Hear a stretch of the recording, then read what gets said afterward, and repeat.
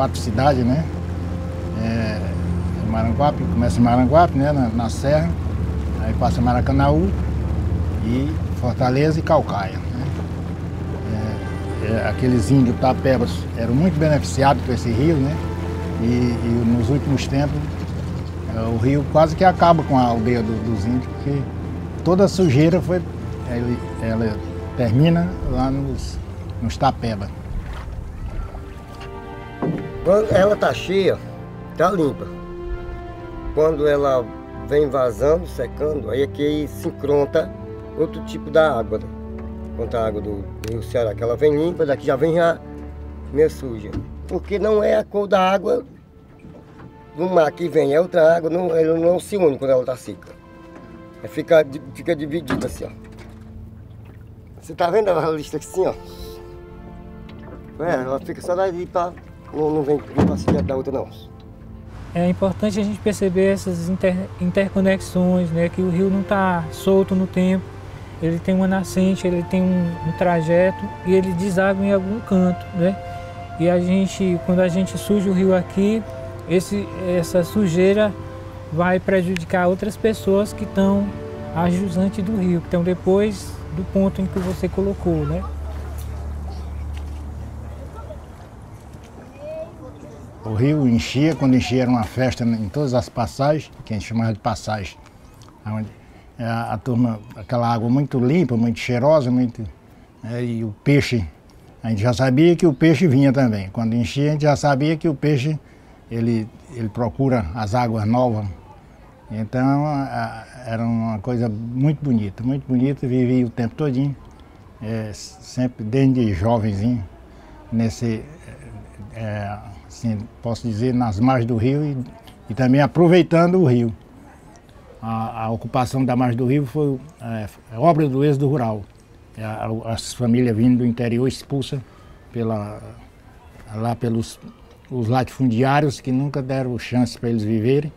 E também a situação, às vezes, da seca e tal, os governos aproveitavam a seca para fazer a indústria da seca, nunca cuidaram da seca.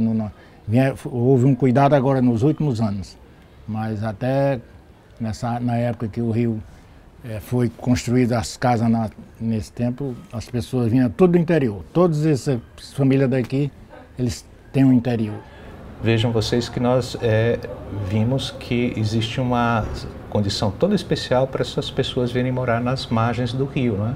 Por conta da mercantilização e da valoração de espaços na cidade de Fortaleza, mais afastados dessas áreas de risco e, consequentemente, estas populações que migraram do interior do nosso estado, encontraram essas áreas mais, vamos dizer assim, dinâmicas, mais processuais e, quando ocupadas, certamente essas populações vão sofrer com as inundações e as enchentes, né?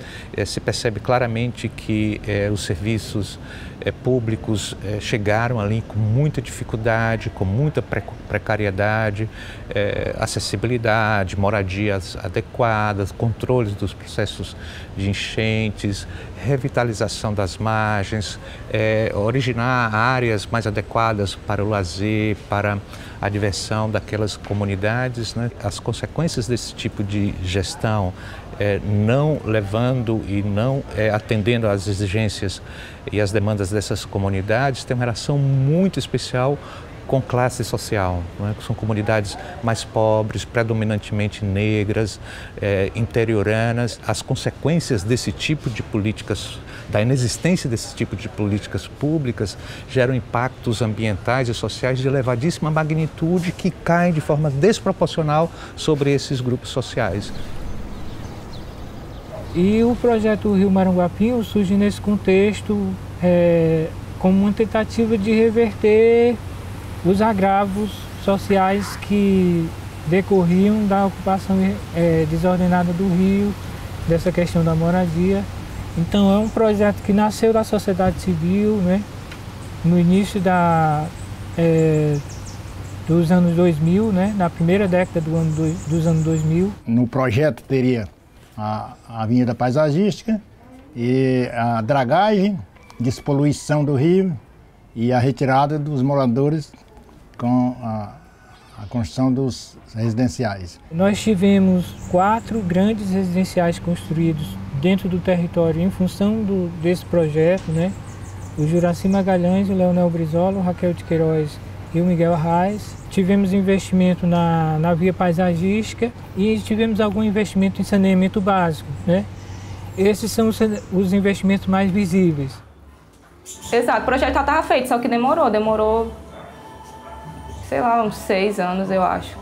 Porque chegaram lá, fizeram a numeração, cada casa que era da beirada do rio, né? Era até com a tinta vermelha, a numeraçãozinha. Demorou bastante, aí que essa tinta se apagou, aí eles vieram de novo, numeraram as casas de novo. E depois foi indenizado, derrubado. Aí a minha irmã ela ficou com 2 cômodos, disse, ou você fica com esse valor X ou você prefere apartamento. Aí o valor era pequeno e ela preferiu ficar com esse apartamento, que é esse apartamento que eu moro agora. A minha mãe, como era 4 cômodos, ela já ficou com uma quantia, que já foi uma quantia que dava para comprar uma casa. A minha avó e o meu avô, e a casinha de barro. Aqui é um pé de cajal, aqui atrás, ó. Não tem mais. Opa, perdão. Aqui é a minha avó também. Aqui atrás era uma casa distante, que é a mamãe Carlina, que no caso é ela aqui com a bicicleta. Era uma pessoa super bacana também. Aqui de trás era a casa da dona Anastácia, se eu não me engano. Aqui sou eu, perto do pé de cajá, só dá pra ver as raízes do pé de cajá. O rio, ó. E pra cá era a Fluminense. Eles já vieram aqui já com propostas não de indenização, né? Mas de entregar o apartamento, só que assim, para minha família é bem difícil, porque a gente é muito grande para ficar num apartamento de Barbie, uma casinha de Barbie. E então, a gente está aqui resistindo, e as outras famílias que estão nessa parte também, elas se negaram, elas querem ser indenizadas, mas elas querem permanecer aqui, até onde eu sei, né? Comprar uma casa aqui na região, nas redondezas do Bom Jardim. Nós sabemos que a beira do rio não é lugar de ninguém morar. Isso a gente trabalha de moradia, a gente sabe o que é. Tirou aquela pessoa do beira do rio, ele tem aquele contato com a beira do rio. Ele tem aquele lavinho com o vizinho. Isso é muito ruim para uma comunidade, para sair, tinha lá para o Zé Valdo, lá para aquele cortamento do Zé Valdo. Para chegar lá, a pessoa começar o alicerce de novo com aquela comunidade, para poder ter aquele vinho. E hoje está um processo tão sério com a comunidade mudar de um lugar para outro, na beira do rio daqui e dali. Porque às vezes tinha um pé de manga, tinha um pé de caju, eles tinham um pé de banana, tinha um contato com a terra. Eu até hoje conversando com o pessoal lá no Miguel Arraia, uma senhorinha falou, seu Dedé, hoje eu moro aqui não tenho meu canteiro, aqui eu não tenho um pé de manga, aqui tudo eu tenho que comprar. Lá eu tinha meu pezinho de cebola, eu tinha meu coentro, eu tinha minha coisa, tinha qualquer coisa que eu plantava, eu recolhia dentro da beira daquele rio. Hoje aquele rio eu tenho saudade do rio. Sei que ele é perigoso, mas lá era o lugar de eu ficar. Se o Estado tivesse feito umas casas sem ser desse jeito aqui, se tornava melhor. Esse projeto começou em 2008, ele era para terminar em 2012, ser concluído. Nós já estamos em 2018 e esse projeto, ele talvez não tenha 80% de jeito nenhum, tem não, deve ter uns 60%. Diante disso, surgem algumas perguntas em relação ao projeto. Por exemplo, ao longo da via paisagística, margeando o rio, nesse trecho, nos diversos trechos dos rios, a gente tem a previsão no projeto. Tinha de 32 praças, 18 campos de voleibol, 17 campos de futebol, 22 playgrounds, aqueles parquinhos infantis, né? 23 equipamentos de ginástica, 6 pistas de skate e mais todo o processo de arborização nativa, né? A via paisagística não é só o calçamento, a calçada e a ciclofaixa. Então esse é o primeiro ponto de interrogação. Isso permanece no projeto? Há uma decisão do governo de concluir isso, porque para nós é muito importante que seja concluído. Uma obra dessa, né, tem uma amplitude tão grande que se ela não for governo e população, ela não é só governo. Ela não sai.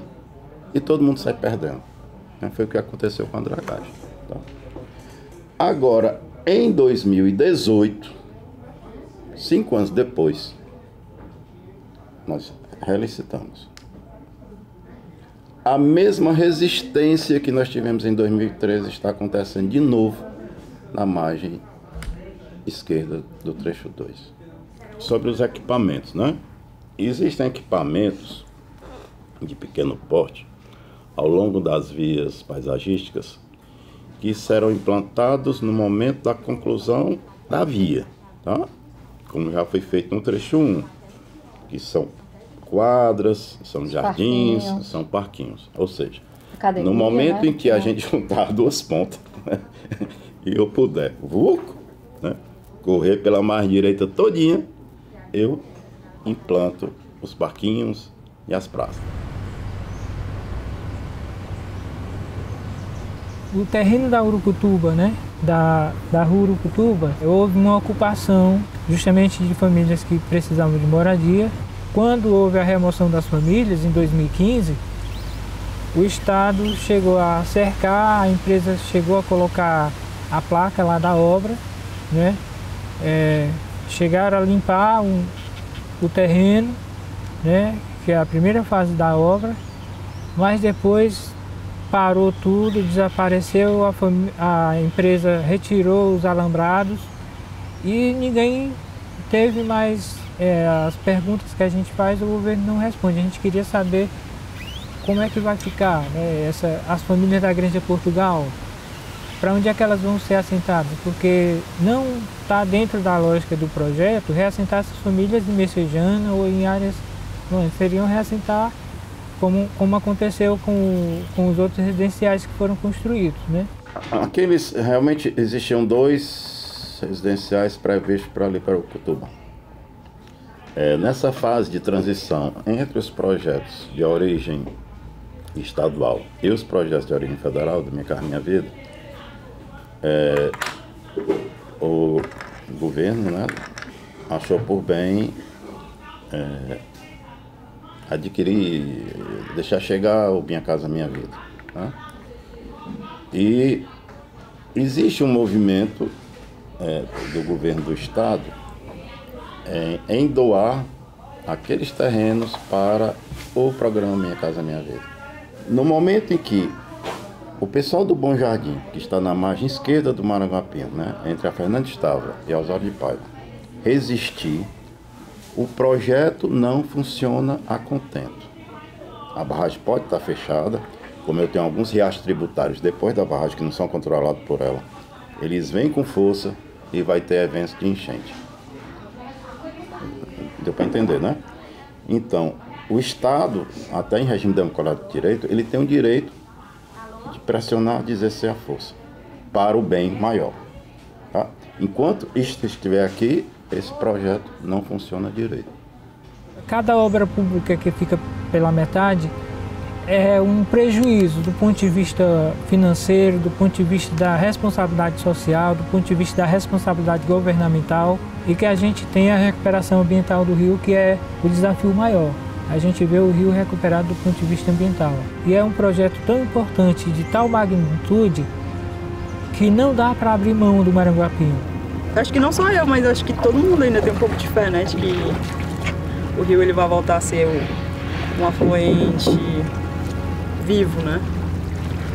Porque o que a gente vê lá não tem mais vida, não tem mais as mesmas coisas.